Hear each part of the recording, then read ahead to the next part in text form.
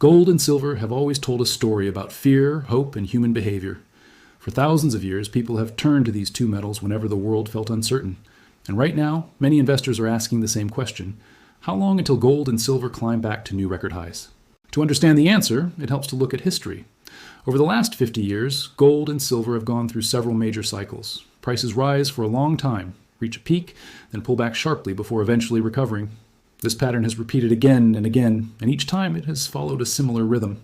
The most famous example happened in the late 1970s. Gold prices soared to record levels as inflation surged and the US dollar weakened. Investors rushed to buy gold as a safe place to protect their money. But after that peak, prices fell hard, and it took years before gold climbed back to its old highs. A similar story played out in 2008 during the global financial crisis. Banks were collapsing, stock markets were crashing, and fear spread across the world. Gold, once again, became a safe haven for nervous investors. But even then, the recovery wasn't instant. It took time, months, sometimes years, before prices returned to their previous peaks and pushed higher.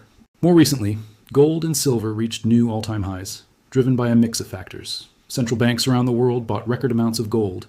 Investors worried about inflation, government debt, and global tensions. Silver, which is used in electronics, solar panels, and other industries, also saw strong demand alongside its role as a precious metal. But markets rarely move in a straight line. After reaching those highs, both gold and silver experienced a pullback. This is completely normal. Analysts call this a correction, a natural pause after a big price increase, where some investors take profits and prices settle down before the next move. What makes this moment interesting is the pattern investors are watching. Throughout history, corrections in gold and silver have varied in length. Some have lasted less than a year. Others have stretched on for 2, 3, even 4 years before prices broke through to new highs again. The length usually depends on bigger forces: how the economy is doing, what central banks are doing with interest rates, and how confident or fearful investors feel about the future. Silver, in particular, tends to be more dramatic than gold. It often falls further during corrections, but it can also rise faster once momentum returns. This is why many investors watch silver closely. It can act as an early signal for where the broader precious metals market may be heading. So why does any of this matter to everyday people, not just professional traders? Because gold and silver aren't just investments. They're often seen as a form of insurance. When people lose trust in paper money or worry about the economy, they turn to metals that have held value for centuries. Understanding these cycles can help everyday investors make more informed decisions, instead of reacting purely out of fear or excitement. As Golden Crest Finance looks deeper into this story, one thing becomes clear. History doesn't repeat exactly, but it often rhymes. The patterns from the past won't predict the future perfectly, but they offer valuable clues. And as more data comes in, analysts continue to study these cycles closely, trying to understand what today's market conditions might mean for tomorrow. To understand where gold and silver might be headed, it helps to know how analysts actually study these markets. This isn't guesswork. Experts look at decades of price charts, comparing past cycles to current conditions, searching for patterns that have played out before. It's a bit like studying weather patterns. No one can predict the future perfectly, but history gives useful clues about what might come next. One of the most common methods analysts use is measuring time from the peak of a market, not from the bottom. This distinction matters. When gold or silver reaches a high point and then begins to fall, analysts start counting from that peak, tracking how many months or years pass before prices climb back and break through to new records. This approach helps separate short-term noise from the bigger picture. Another important detail is the difference between price and time. A correction can be sharp and fast, dropping quickly but recovering within months, or it can be slow and drawn out, with prices moving sideways for years before finally breaking higher. Both types have happened throughout history, and neither is more normal than the other. What matters is understanding which pattern the current market resembles. So, what does the data show right now? In recent months, gold and silver both pulled back after reaching new all-time highs. This kind of pullback is common after a strong rally, and many analysts view it as a healthy part of a larger upward trend, rather than a sign that the bull market is over. Central banks, especially in countries like China, India, and Russia, have continued buying gold at a steady pace, which many experts see as a long-term source of support for prices. Inflation remains another major factor. When the cost of everyday goods and services rises, many investors look for ways to protect their savings. Gold and silver have historically served this purpose, since they cannot be printed or created out of thin air the way paper currency can. As long as concerns about inflation and government debt continue, many analysts believe demand for precious metals will remain strong. Interest rates also play a major role.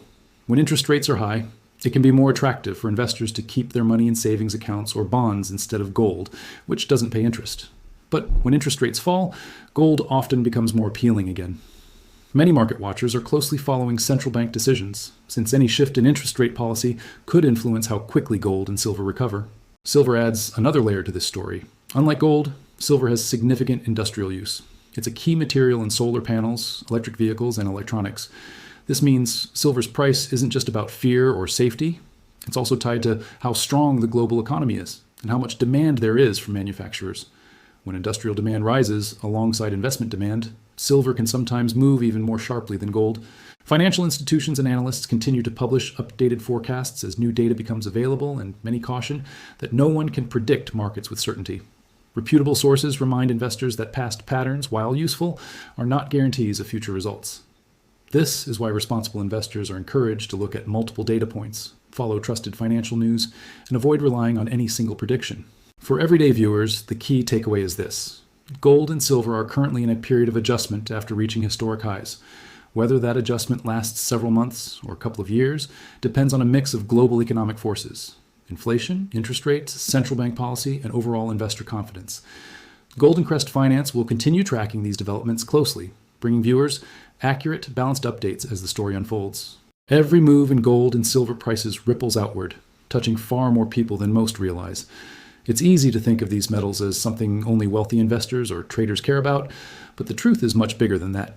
From retirement savings to jewelry shops to entire national economies, the effects of these price swings reach into everyday life in ways many people never stop to consider.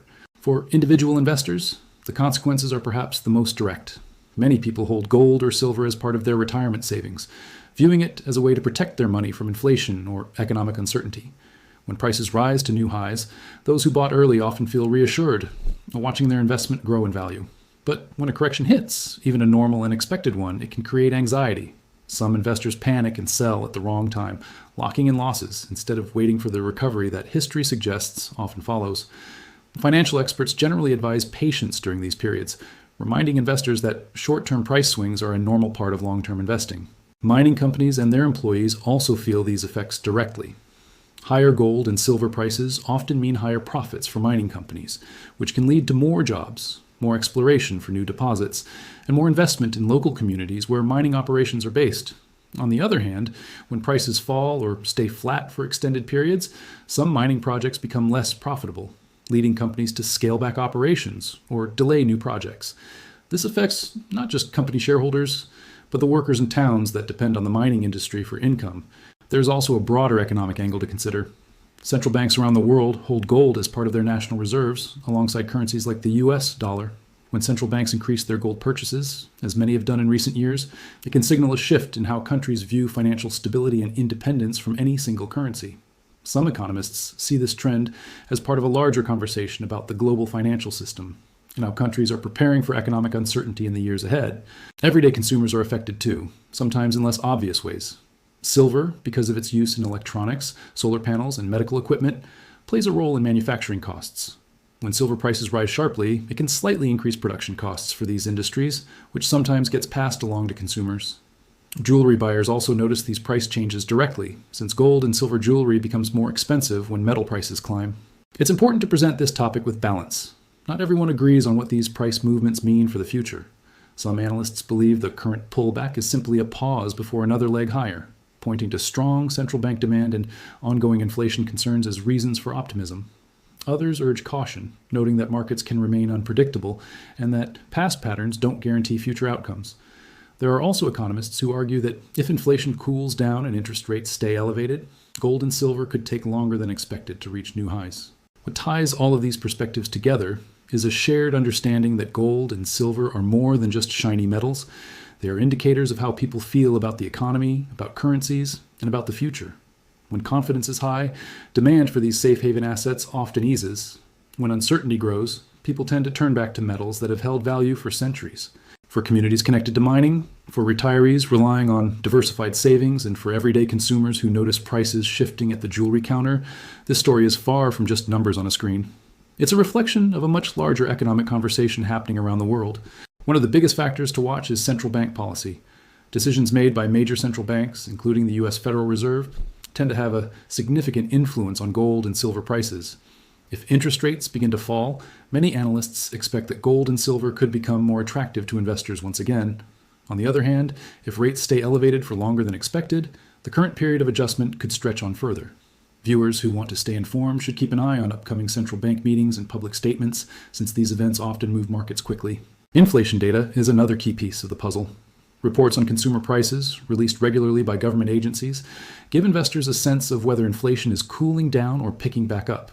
Since gold and silver are often seen as protection against inflation, any significant change in this data could shape investor sentiment in the months ahead. Global events also play a role that shouldn't be overlooked. Economic tensions, trade relationships, and shifts in how countries manage their currency reserves can all influence demand for precious metals. Central banks that continue purchasing gold at a steady pace may provide ongoing support for prices, even during periods when everyday investors feel uncertain.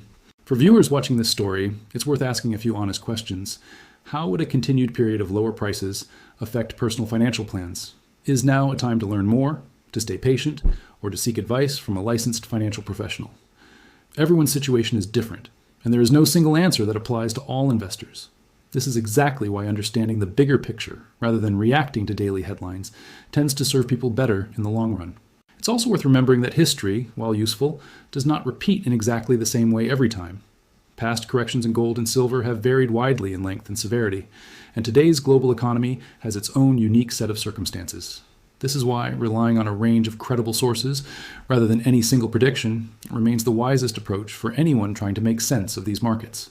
For those who want to stay informed, following updates from reputable financial news outlets, central bank announcements, and official economic data releases is a good starting point. Crest Finance will also continue covering this story, breaking down new developments in a clear and balanced way as they happen.